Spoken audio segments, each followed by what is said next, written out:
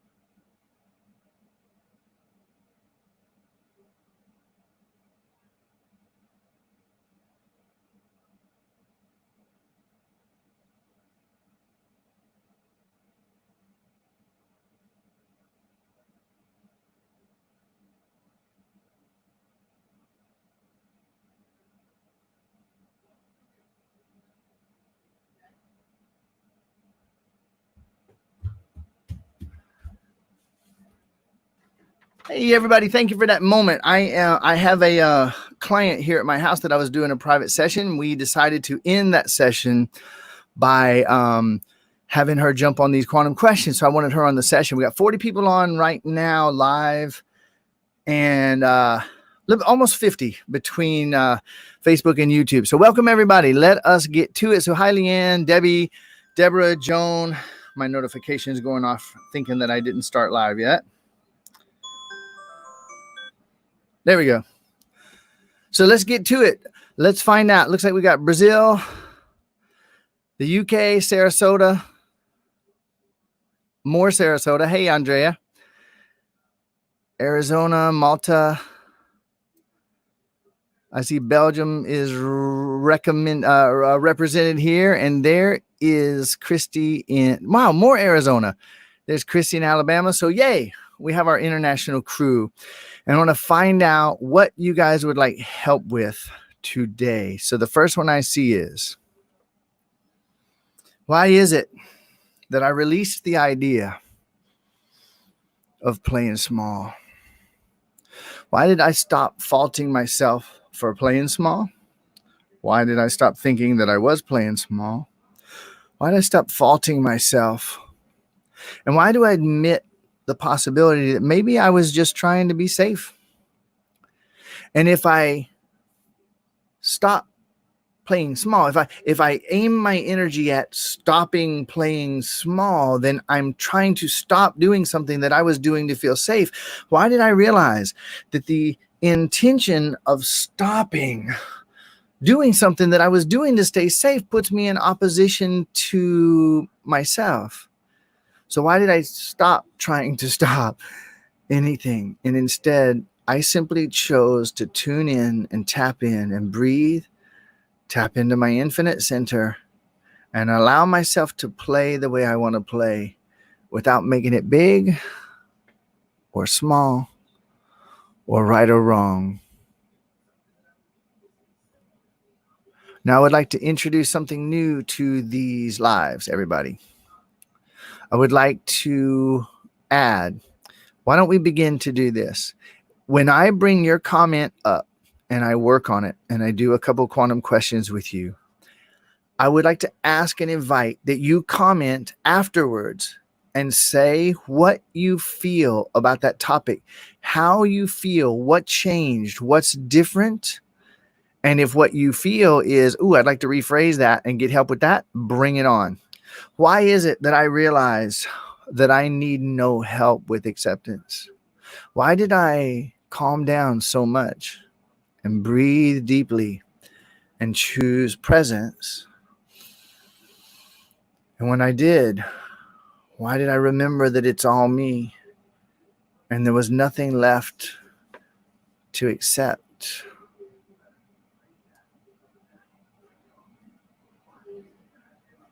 Aloha, Samantha. Hey, Diane. We got a lot of Florida in here today. Hey, Justin in California. Aloha over in England. Hey there, Christine. Love you, girl. Good to see you. Leanne, you too.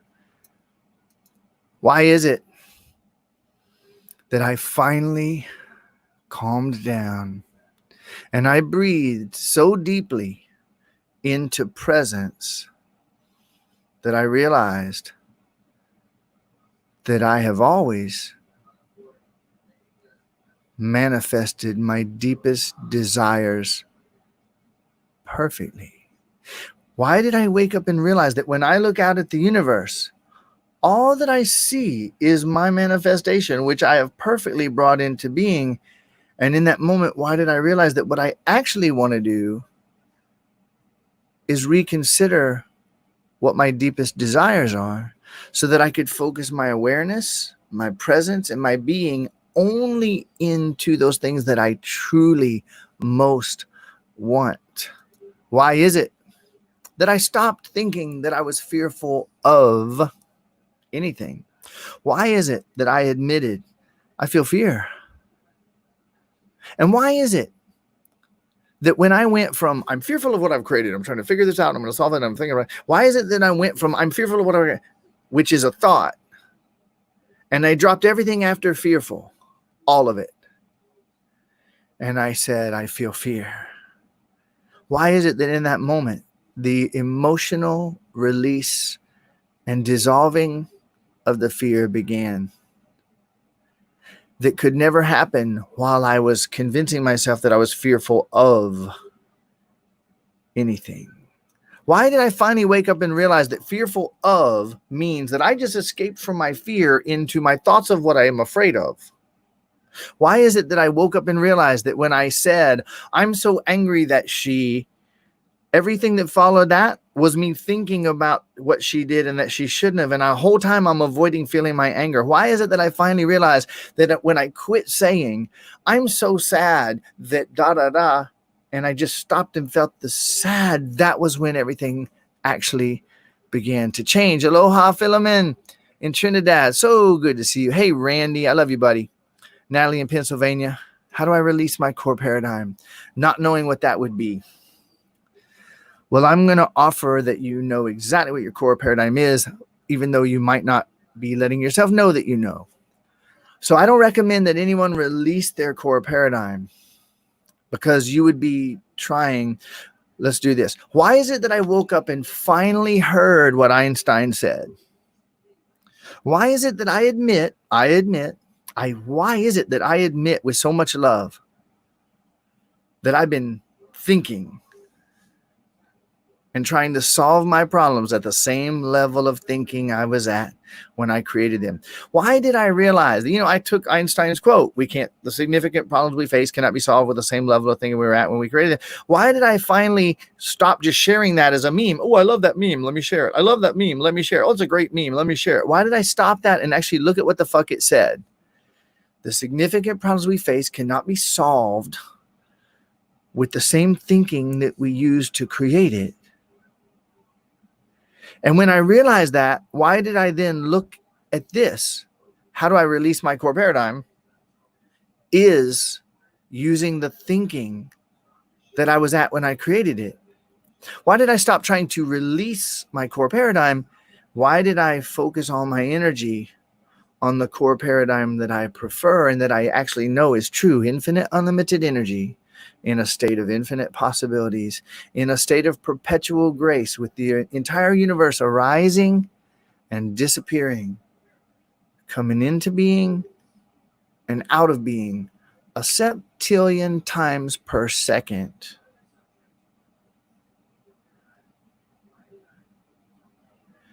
And when I let that in, why did I realize that I'm in a state of perpetual grace? And why did I begin to bring my focus there? And instantly I was focusing on the core paradigm that I preferred without trying to sit and try to figure out how to release my other paradigm. And why did it help? Why did I realize similarly that I don't have any fear of making phone calls? I sat and I relaxed and I breathed and what would happen if I were to make a phone call? I would end up talking to a person. Why did I wake up and realize that this means that I actually might have a fear of speaking with another person? Told you so. Why is it that I woke up and realized that I had a fear of communicating with other people in situations that I didn't feel safe and certain? And I quit thinking that I was afraid of the phone call, because I mean,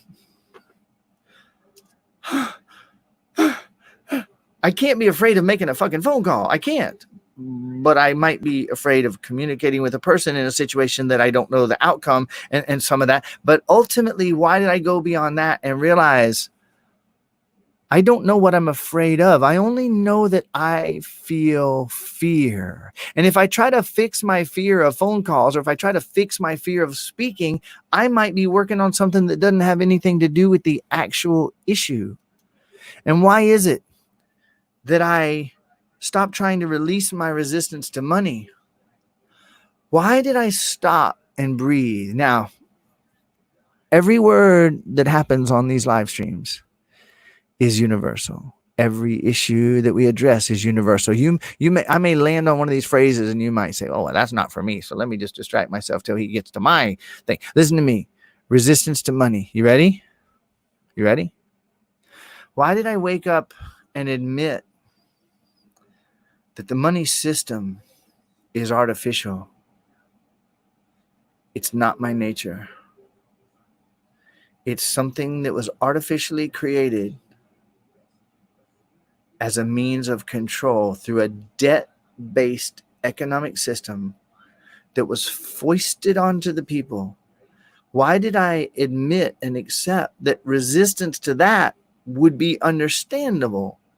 Resistance to debt would be understandable. Resistance to paying interest on money that didn't exist in the first fucking place would be understandable. Why did I realize all that?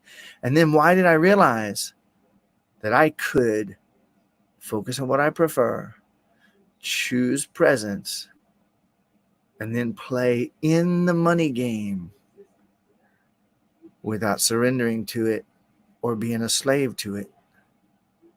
And when I realized that, and I gave myself total permission and understanding to not be in total agreement with the money system, suddenly I was able to play the game of the money system from above it in harmony without feeling like I was getting dirty in it.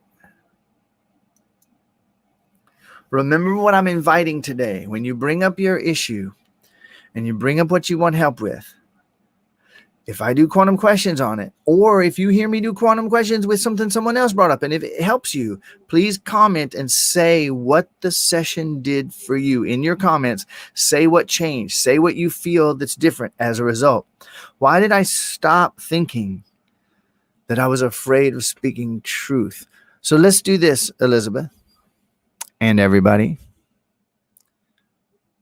When I thought I was afraid of speaking truth, what was I actually afraid of? So let's do this. I'm afraid that if I were to speak truth, now finish the sentence.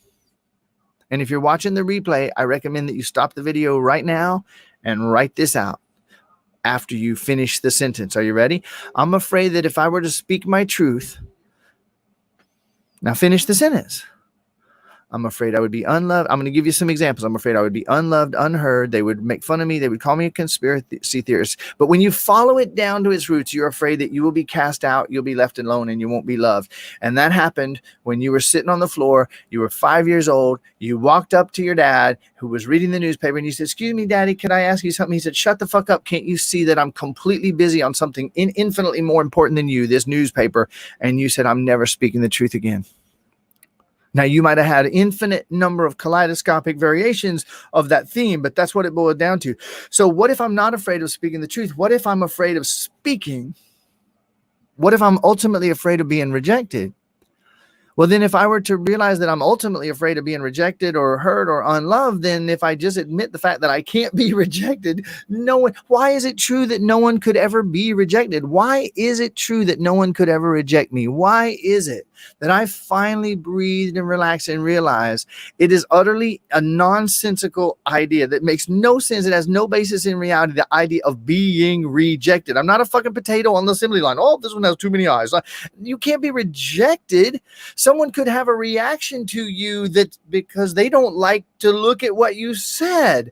And you're afraid of you being rejected when they're afraid of the message you're saying. It makes no sense. So why did I finally stop thinking I was afraid of speaking the truth? Why did I admit I just feel fear? And when I admitted that, I started to feel my fear. I began to dissolve my fear by breathing and relaxing into it. And suddenly I found myself speaking my fucking truth.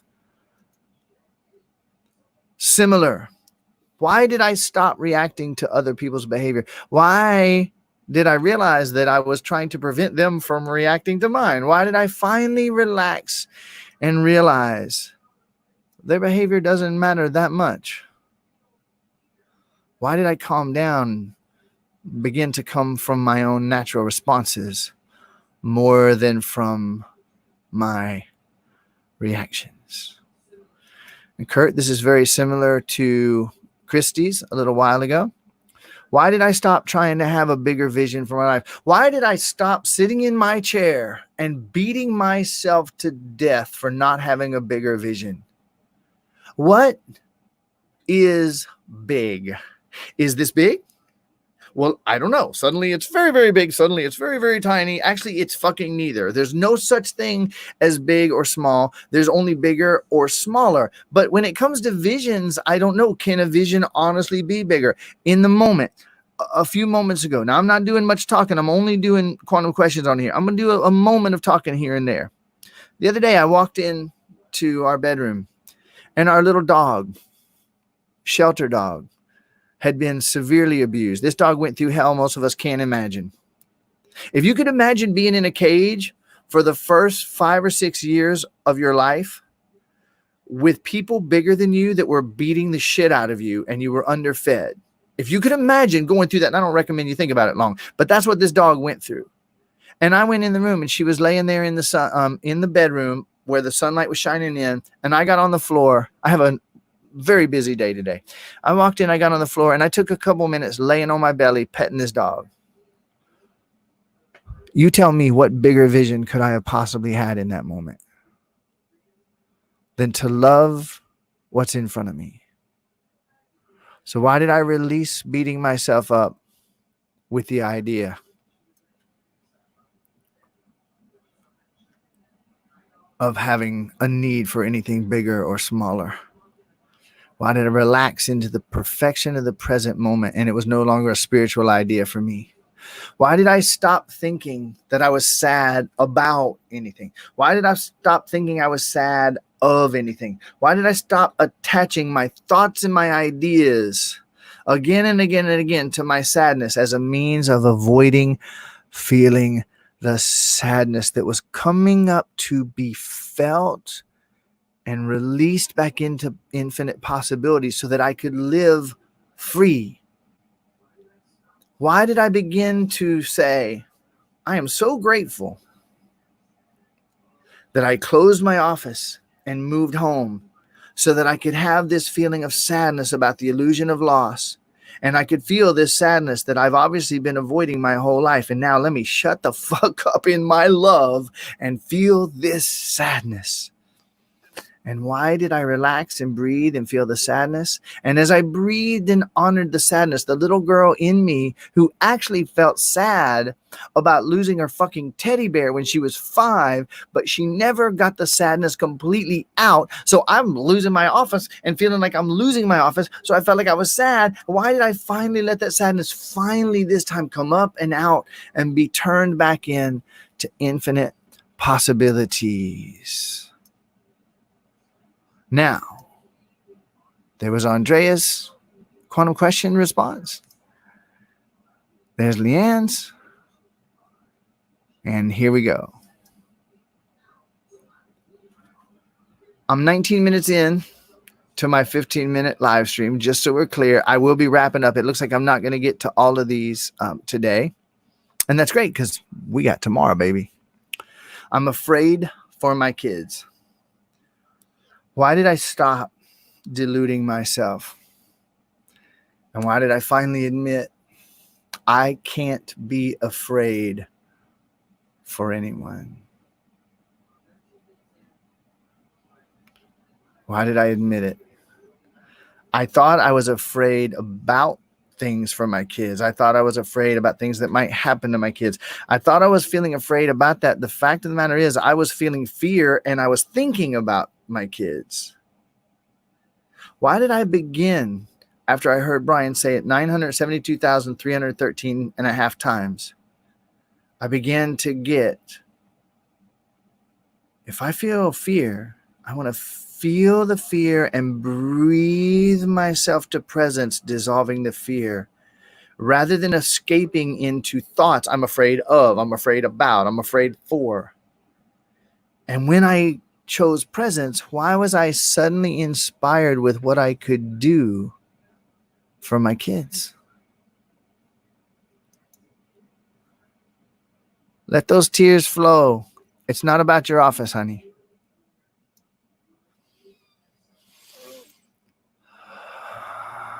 Why is it, as I focus more and more on my immune health, people around the world take personal responsibility for their own?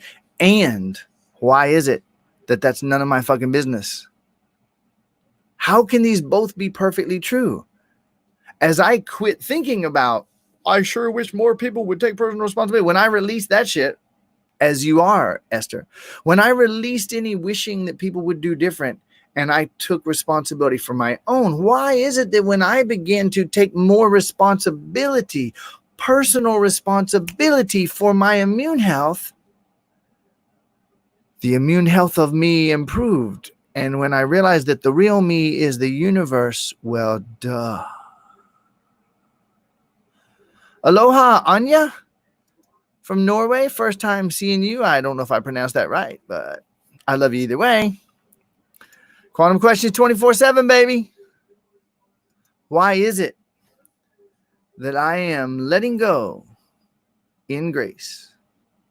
Why is it that I surrender to grace? Why is it that I finally admitted that grace is all that is here? Why is it that as I choose grace, I remind myself once again, the entirety of what I call the universe, including my body, is an energy that's arising and passing away a septillion times per second. It arises into existence and it completely departs from existence. And in that half of a septillionth of a second that it departs from existence, anything can be unmade. Nothing is carried into the next septillionth of a second unless I carry it with me. Why did I get it? Why did I finally get it? I awakened to find that my only tormentor all along was that part of me left over from yesterday. Why did I finally get it? My only tormentor all along. I awakened to discover that my only tormentor all along was that part of me left over from yesterday. That part of me that I dragged across that septillionth of a second gap. My blame, my accusations, and my anger and sadness and fear that I've been desperately avoiding with all my thoughts. So why did I release? And from now on, when I feel anger, sadness, or fear, I simply feel it and release it. And it is not carried across the septillionth of a second gap. It's not in my universe anymore. I'm in a state of grace perpetually.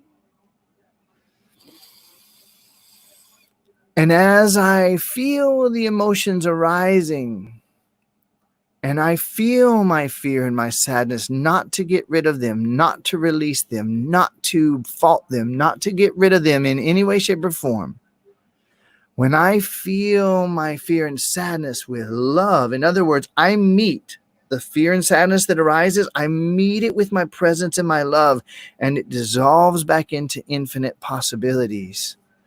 Why is it that I live in a state of grace cleaner, lighter, clearer than ever before. And I addressed this a few minutes ago with Andrea. Why did I release my desire to release things? But why did I do that by not trying to release anything? A lot of similar themes here. A lot of similar themes. Look at this. Lisa just wove 3 or 4 of the things. So I'm going to figure she probably typed this in before I help those other people with these exact same issues here. Fear of not being my bigger, better self. Okay. So Lisa, why did I finally realize that I had been a spiritual fuck my entire life? Why did I finally admit that while I was claiming oneness and spiritual consciousness, I was still delusionally believing in better and worse? And as I strove to be my better self, I didn't even know it, but I was beating myself up for being my worser self. I mean, the whole time that I was racing towards better, I was running from worser, and I didn't even know it. The whole time I was trying to be my bigger self, I was faulting and trying to not be my smaller self. Why did I let all those ideas, those bullshit spiritual ideas completely go? And all that mental garbage, why did I admit I feel fear? And why is it that I woke up and I realized that this moment that I sat here thinking that I was afraid of being my bigger, better self, that whole moment I was creating hell on earth when all I had to do was breathe myself into presence, and I could have been creating heaven on earth the whole time. And why did I forgive myself for the whole thing? And why did I hear Brian when he said, the disease can never be fatal, but believing the diagnosis often is? And why did I release every diagnosis and every label of every disease and every condition? And why did I admit I feel fucking tired? Why did I admit that I don't have to make it a disease or a condition to feel my tiredness? Why is it when I released all the labels and diagnoses and terminologies, and I just felt my tired and I began to love myself, I was instantly guided to add a little bit more magnesium and vitamin C to my life, get a little bit more sunshine, touch the ground more often, breathe deep, release the emotions, and step into my pre-existing perfect health.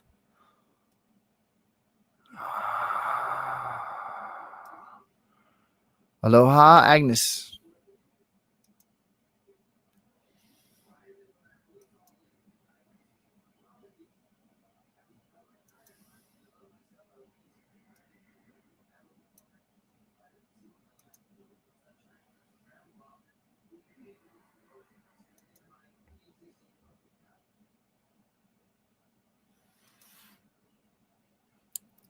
Leanne, I appreciate that. I was working with you on that 20 minutes ago, I guess. Let's clear one more layer here. Why did I finally realize I never need to choose acceptance? I simply always have the choice to come to presence and to come from presence. A little bit ago, Elizabeth said, and I'm continuing, we're 28 minutes in. A little bit ago, Elizabeth said, fear of speaking my truth. And now she said, it'll cause a fight with my family. Why did I stop believing that speaking my truth could cause a fight with my family? And why did I admit the truth that the ongoing fight with my family, I've been trying to quiet it by not speaking my truth, but that never worked?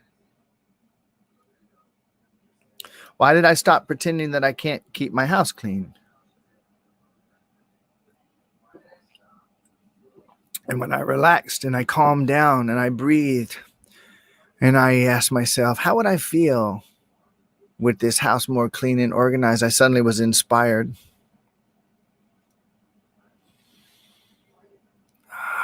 Aloha, Peter. Here it is again. Angie, I don't know if you were on at the beginning, but I addressed this from about 4 different angles. Man, that has been a theme on this one. Why am I holding myself back? I'm fearing of being my highest, biggest self. I will recommend that you watch the replay of this as soon as it is ready. Love you, Andrea, as always. Love you, Barbara.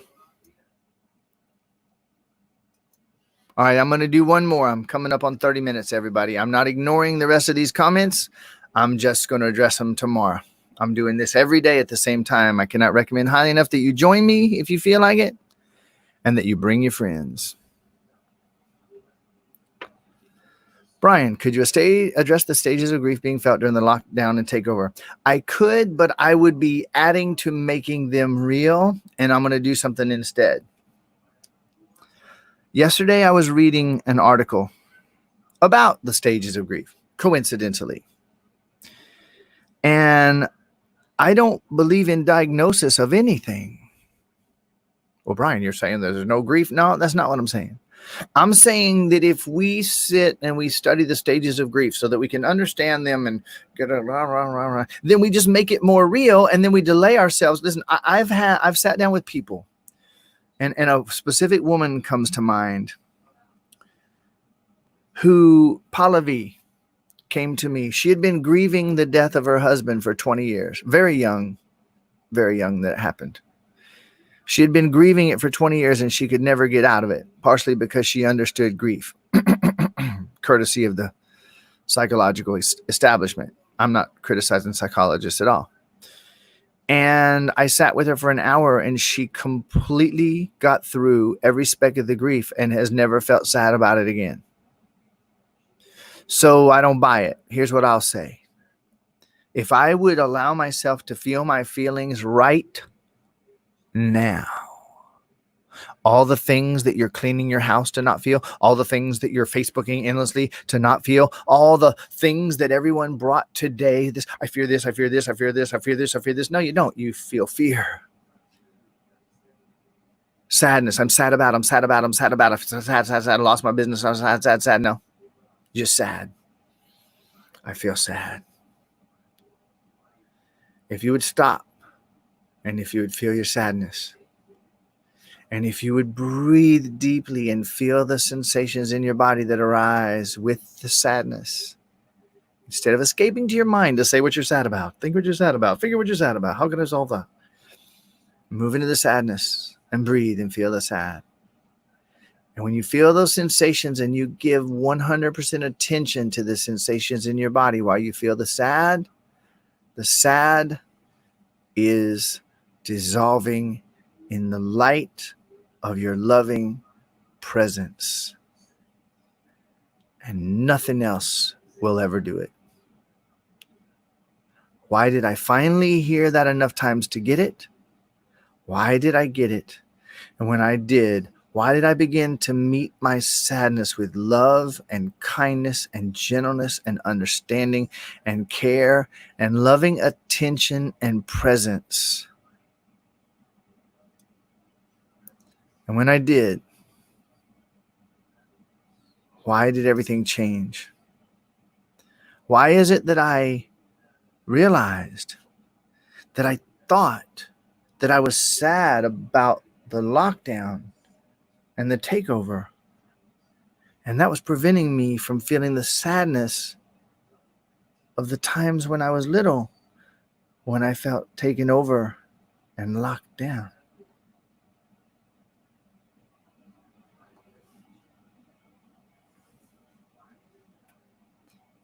Why is it that I always feel love and safety in my presence?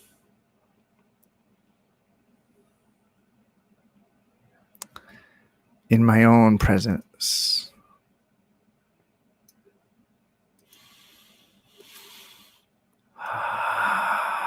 If I have a gift, you're the one who gave it to me, because we are one.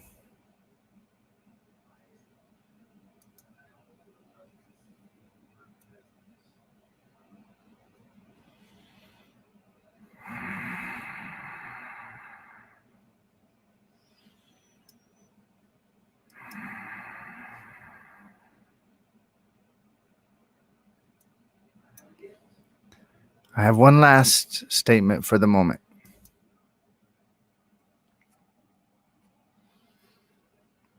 Why is it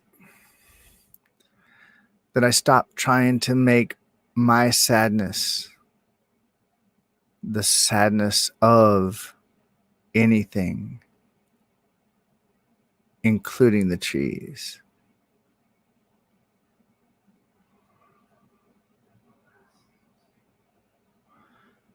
Why did I feel my sadness and my anger and my fear for the first time, giving myself the loving attention and presence that no one else ever could give to me? And when I did, why did everything change?